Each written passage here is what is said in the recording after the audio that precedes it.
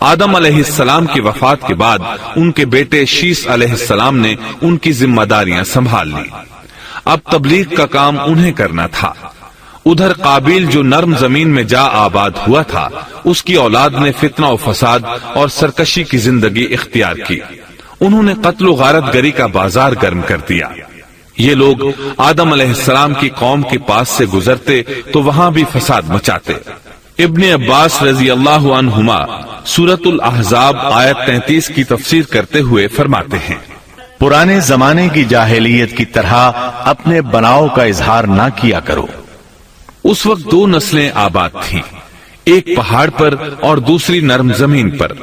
پہاڑوں کے مرد خوش شکل تھے، عورتیں سیاہ فام تھیں، جبکہ زمین والوں کی عورتیں خوبصورت تھیں اور مردوں کے رنگ سانولے تھے۔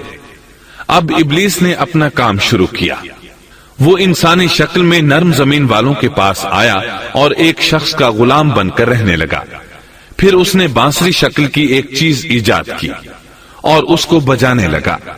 لوگ اس آواز پر لٹو ہو گئے، اس کے گرد بھیڑ لگا کر سننے لگے۔ پھر ایک دن میلے کا مقرر ہو گیا، اس میں ہزار ہا مرد اور عورتیں جمع ہونے لگے۔ اتفاق سے وہاں ایک دن ایک پہاڑی آدمی بھی آ گیا۔ اس نے میدانی عورتوں کے حسن و جمال کو دیکھا۔ اس نے اپنے قبیلے والوں سے ان کے حسن و جمال کا ذکر کیا۔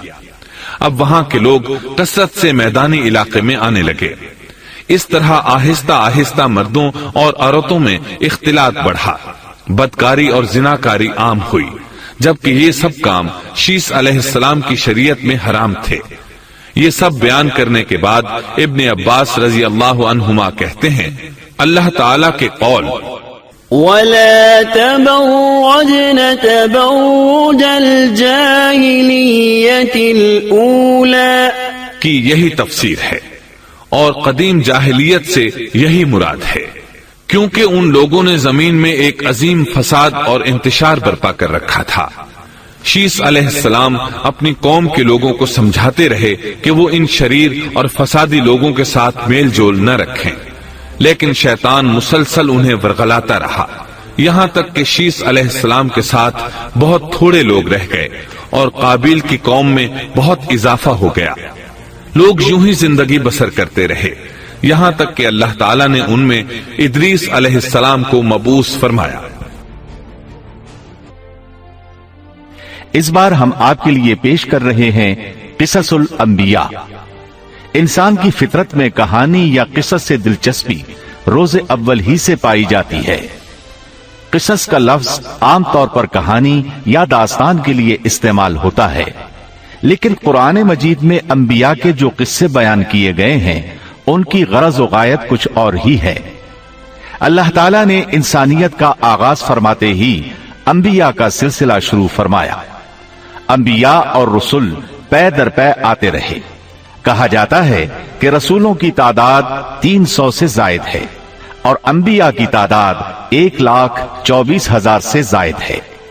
گویا اللہ تعالیٰ نے بنی نوع انسان کو سیدھا راستہ دکھانے کے لیے اتنی بڑی تعداد میں انبیاء اور رسول مبعوث فرمائے۔ قرآن کریم کے بیان کردہ قصص حقیقت پر مبنی ہیں، اس لیے دوسرے تمام قصص اور واقعات سے امتیازی حیثیت رکھتے ہیں۔ ان کا تعلق خیالات اور ذہنوں سے گھڑی ہوئی باتوں سے نہیں، بلکہ وہ زمین پر واقع ہو چکے۔ انسانوں نے اپنی زندگی کے مختلف ادوار میں ان کا مشاہدہ کیا، اور پھر یہ واقعات اس لحاظ سے بھی منفرد ہیں کہ عبرت کا باعث ہیں۔ قرآن کریم کے یہ قصص لطف اندوز ہونے کے لیے ہرگز نہیں سنائے گئے، بلکہ ان سے تو بنی نوع انسان کو سیدھا راستہ دکھانا مقصود ہے۔ یہ مقصد تھا کہ انسانیت عبرت پکڑے، روز جزا کے بارے میں آنکھیں کھول لے، ان واقعات کو سن کر اور پڑھ کر اپنا راستہ منتخب کر لے۔ گزشتہ انبیاء کی امتیں جو بھیانک جرائم کرتی رہی ہیں ان سے اپنا دامن بچا لے۔ اسی لیے انبیاء کے حالات سے واقفیت از حد ضروری ہے۔ جب تک ہم انبیاء کے واقعات سے روشناس نہیں ہو جاتے اس وقت تک قرآن مجید تک مکمل رسائی حاصل نہیں کر سکتے۔ کتنی بار سیدنا آدم علیہ السلام کا قصہ بیان ہوا، کتنی مرتبہ نوح علیہ السلام کا تذکرہ ہوا، اسی طرح موسیٰ علیہ السلام اور بنی اسرائیل کا ذکر آیا، فرعون کا واقعہ بیان ہوا۔ موسیٰ علیہ السلام اور فرعون کا ذکر تو قریب 70 مقامات پر آیا ہے اور مسلسل قصہ بیان ہوتا رہتا ہے۔ کتنی سورتوں کا نام انبیاء کے ناموں سے منسوب ہے، لہذا جو شخص ان قصص سے لا علم ہے وہ قرآن کے ایک بڑے حصے سے محروم ہے۔ ان واقعات سے رہنمائی حاصل کرنے سے ایک مقصد یہ بھی ہے کہ دعوت اللہ کا راستہ معلوم ہو جائے، لوگوں کو اللہ کی طرف بلانے کا ڈھنگ ہمیں آ جائے۔ اللہ کرے ہم بھی ان لوگوں میں شامل ہو جائیں جو اللہ کی طرف دعوت دیتے ہیں، ہم بھی نیکی کا حکم کرنے اور برائی سے روکنے والے بن جائیں۔ امر بالمعروف اور نہی عن المنکر کے صحیح راستے پر چلنا اس وقت تک ممکن نہیں جب تک کہ ہمارے سامنے کوئی ایسا نمونہ موجود نہ ہو جس کے مطابق ہم اپنے آپ کو چلا سکیں۔ اور صاف ظاہر ہے سب سے عظیم اور بے مثال نمونہ نبی اکرم صلی اللہ علیہ وسلم کی مبارک شخصیت ہے، جیسا کہ اللہ تعالیٰ فرماتے ہیں یقیناً تمہارے لیے رسول اللہ کی زندگی بہترین نمونہ ہے۔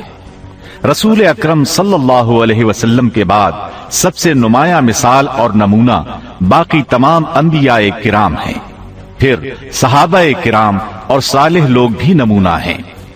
انبیاء کرام کے واقعات قرآن کریم کے ذریعے ہم تک پہنچے ہیں، اسی طرح نبی کریم صلی اللہ علیہ وسلم کی سیرت مبارکہ اور آپ کی احادیث مبارکہ سے بھی ہمیں ان کے حالات اور واقعات